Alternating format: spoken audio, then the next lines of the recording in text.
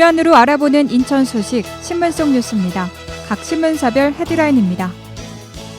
먼저 인천일보는 신세계그룹이 프로야구단 SK와이번스 인수를 추진한다는 소식에 야구계 안팎이 발칵 뒤집혔다고 보도했는데요. 이번 매각 협상에는 평소 스포츠 애호가인 정용진 신세계그룹 부회장의 관심이 상당히 작용한 것으로 보인다고 전했습니다.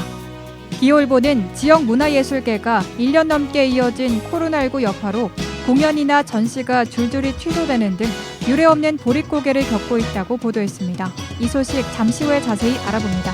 경인일보는 3조 원짜리 자전거길이란 오명을 받고 있는 경인 아라뱃길의 기능 재정립을 위해 환경부와 국토교통부, 해양수산부 등 관계부처 협의가 시작됐다고 보도했습니다. 이 소식도 잠시 후에 자세히 알아봅니다.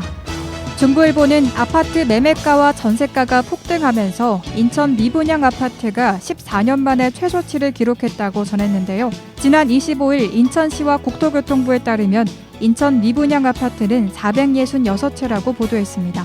그럼 기호일보 기사 자세히 살펴봅니다. 지난 25일 공연예술 통합 전산망에 따르면 지난해 1월부터 12월까지 인천 지역 공연예술 분야 매출액은 2억 8,257만 9천 원으로 2019년 동기 34억 4,329만 4천 원에 비해 91% 급감했다고 보도했습니다.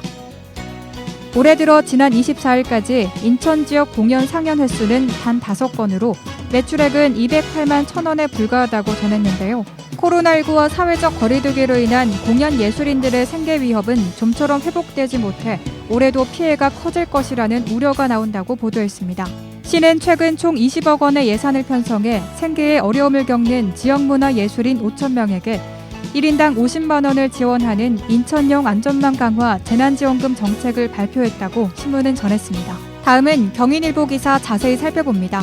정부가 경인 아라뱃길의 주된 목적인 물류 여객 기능 실패를 공식화하고 뱃길 기능 변경을 위해 새 판을 짜는 것으로 논의 초기부터 인천시가 나서서 목소리를 내야 한다는 의견이 나오고 있다고 보도했습니다. 경인 아라뱃길은 2조 7천억 원을 투입해 2012년 개통했는데 설계 단계부터 물류 여객 휴가 등이 부풀려져 논란이 됐고 개통된 후에도 제 기능을 못하고 있다는 비판이 제기돼 왔다고 보도했습니다. 정부는 2018년 10월부터 경인 아라뱃길 기능 재정립을 위해 관계 전문가와 시민단체 등이 모인 공론화위원회를 구성해 가동했고 최근 위원회가 도출해낸 권고안이 환경부에 제출됐다고 신문은 보도했습니다. 지금까지 신문 속 뉴스였습니다.